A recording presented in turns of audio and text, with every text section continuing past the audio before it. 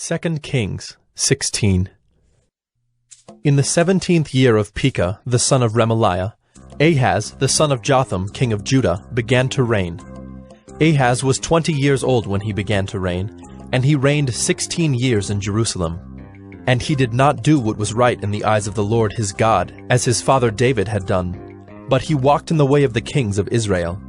He even burned his son as an offering, according to the despicable practices of the nations whom the Lord drove out before the people of Israel. And he sacrificed and made offerings on the high places and on the hills and under every green tree. Then Rezin, king of Syria, and Pekah, the son of Remaliah, king of Israel, came up to wage war on Jerusalem, and they besieged Ahaz, but could not conquer him.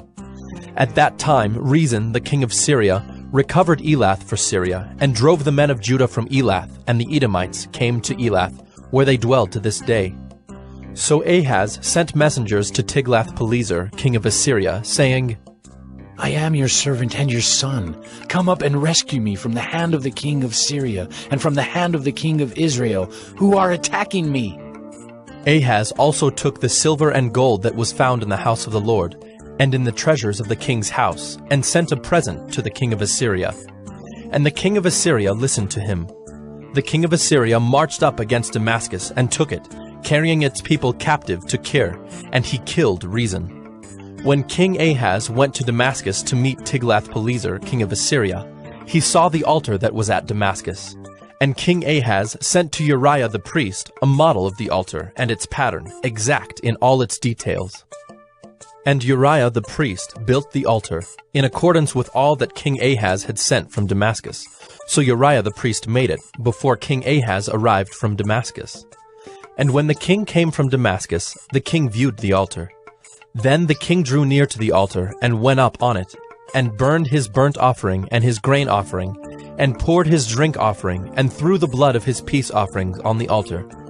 And the bronze altar that was before the Lord he removed from the front of the house, from the place between his altar and the house of the Lord, and put it on the north side of his altar.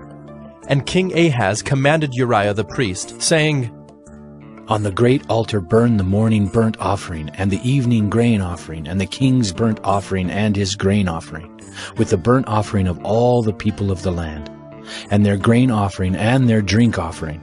And throw on it all the blood of the burnt offering, and all the blood of the sacrifice. But the bronze altar shall be for me to inquire by. Uriah the priest did all this as King Ahaz commanded. And King Ahaz cut off the frames of the stands, and removed the basin from them.